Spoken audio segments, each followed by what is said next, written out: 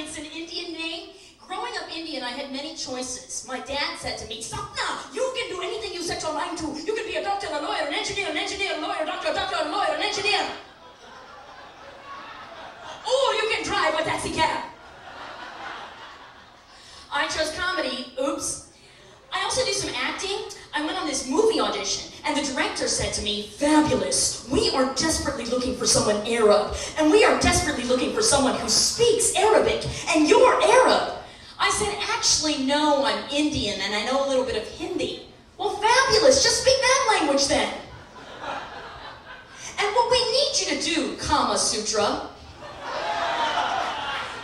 is look into the camera and see the man of your dreams and say to him, like an innocent little girl, say in that language of yours, say, I've never made love to a man before.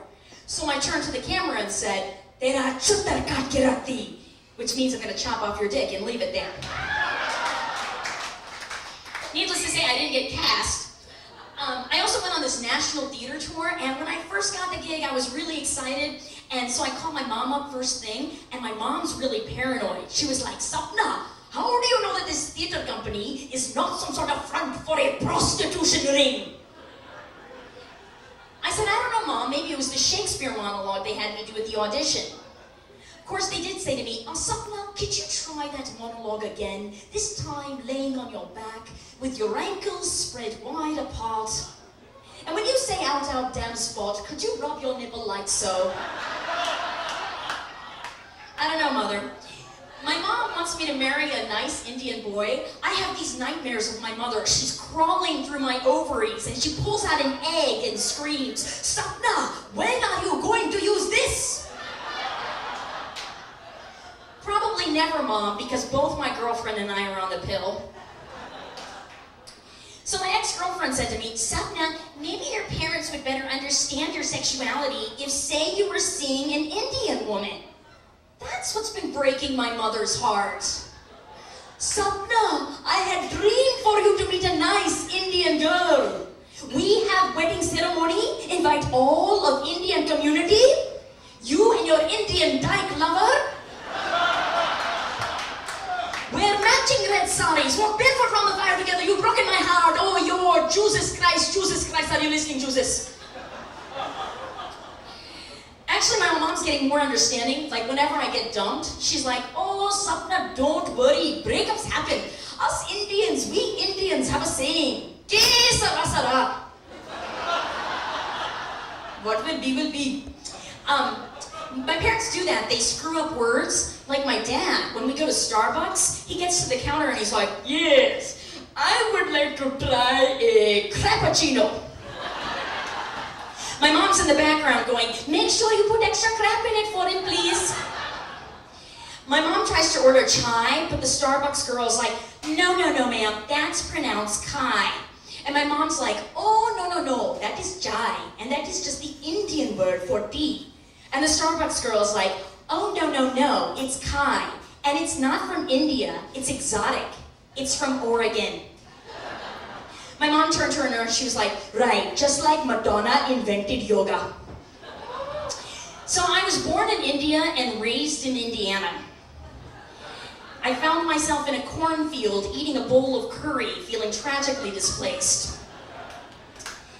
My parents are seriously empty nesting, and to make up for the loss of kids at home, they now have pets. They have 2 cats, Nehru and Gandhi.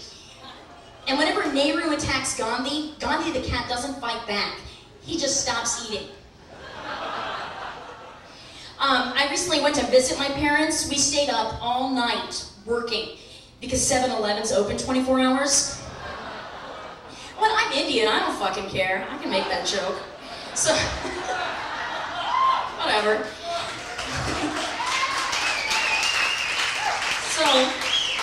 So, my mom, she owns and operates the 7-Eleven, and my dad, he's like most Indian men, he's lazy. So my mom, she'll be at home in her kitchen, boiling the rice and cooking the curry, and she's on the phone with her store, and she's like, make sure you stock the shelves with Bisquick, it's selling like hotcakes. Then my dad's in the family room, and he's like, Sapna, come here, please, it is an emergency. How do you get the remote control to turn from VCR to DVD? Then my mom's in the kitchen, she's like, okay, don't panic, I'll be at the store in 5 minutes, just let me finish cooking dinner. Then she yells to my dad, Arey Banda, tera khana tayar hai, which means monkey, your food is ready. My sister's like the only normal one in my family. She's married, but we can never remember her husband's name, so we just call him the white guy. We're like, hey, white guy, pass the lentils and rice.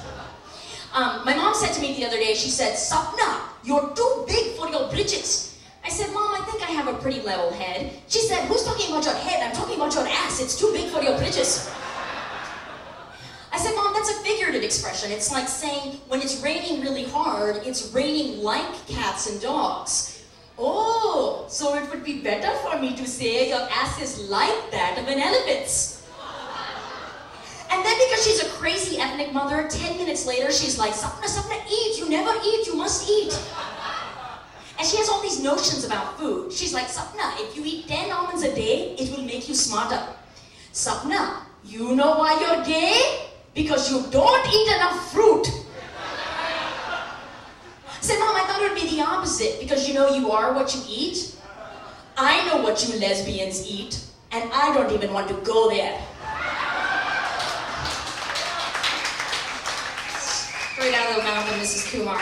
My mom is great, she's hilarious. Like, we went to the grocery store, we get to the checkout lane, and she thinks she's in the old country. She tries to haggle. She's like, $1.50 a pound for mangoes. I'll give you 40 cents a pound, no more, no less. Last offer, talk to the hand, because the face don't want to listen. My mom called me freaked out the other day because she saw Paris Hilton naked on TV. She thought that was a little extreme. I was like, Mom, if I had a body like that, I'd be in the checkout lane at Jewel. I'd be like, my clothes just fell off. Don't look.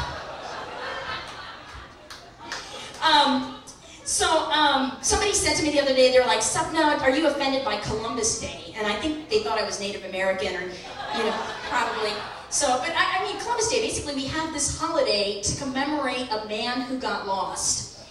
And like most men who get lost, Columbus didn't want to admit he was lost. It was like, yeah, this is fucking India, and these are fucking Indians. I've been lost before, and they don't have a Sapna Day. Ever driven out to IKEA? You see it in the distance from the highway like a tower of Scandinavian delights, but you have no idea which exit to take.